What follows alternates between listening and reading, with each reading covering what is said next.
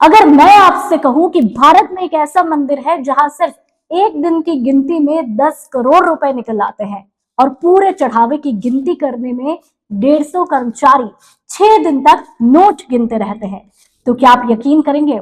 लेकिन इससे भी बड़ा सवाल है, क्या ये सिर्फ दान है या करोड़ों लोगों के भरोसे की सबसे बड़ी मिसाल? आज बात होगी राजस्थान के उस मंदिर की जहां लोग भगवान को सिर्फ प्रसाद नहीं बल्कि अपना बिजनेस पार्टनर तक मानते हैं।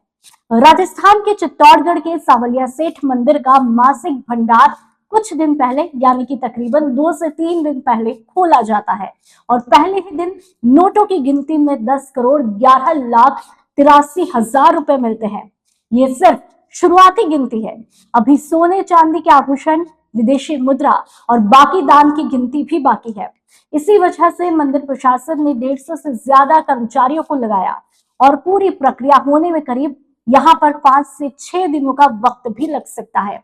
लेकिन असल कहानी यहाँ से शुरू होती है। सवाल सिर्फ इतना नहीं कि 10 करोड़ रुपए आए, सवाल ये है कि आखिर ऐसा क्या है कि हर महीने लाखों लोग यहाँ पर दान देने पहुंचते हैं। क्यों व्यापारी अपनी पहली कमाई का हिस्सा यहाँ पर चढ़ाते हैं? क्यों नए कारोबार की शुरुआत से पहले सावरिया सेठ का आशीर्वाद लेना यहाँ पर शुभ माना जाता है? यही इस मंदिर की सबसे बड़ी पहचान है। सावरिया सेठ की आस्था क्यों अलग है? राजस्थान ही नहीं, देश भर से व्यापारी, किसान, नौकरी पेशा लोग और छोटे कारोबारी यहाँ पर आते हैं।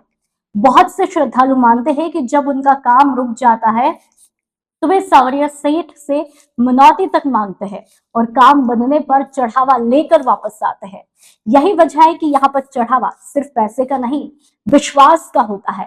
ये खबर सिर्फ 10 करोड़ मिले वाली बिल्कुल भी नहीं है। ये बताती है कि भारत में धार्मिक स्थल केवल पूजा की जगह नहीं बल्कि सामाजिक आर्थिक गतिविधियों के बड़े केंद्र है। ऐसे मंदिरों से हजारों लोगों को अप्रत्यक्ष रोजगार भी मिलता है, स्थानीय व्यापार बढ़ता है, होटल, परिवहन, प्रसाद, फूल, हस्तशिल्प और छोटे दुकानदारों की आय भी इससे जुड़ी रहती है। यानी आस्था का असर सिर्फ मंदिर तक सीमित नहीं रहता, पूरे इलाके की अर्थव्यवस्था पर भी पड़ता है। 10 करोड़ रुपए सिर्फ पहले दिन की गिनती, लेकिन शायद इस मंदिर की सबसे बड़ी दौलत नोटों के बंडल नहीं बल्कि करोड़ों लोगों का अटूट विश्वास है।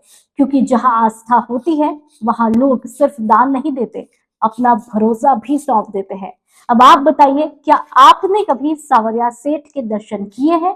और नहीं किए हैं तो क्या आप जाएंगे? आप क्या मानते हैं कि आस्था के ऐसे केंद्र स्थानीय अर्थव्यवस्था और समाज को मजबूत बनाते हैं?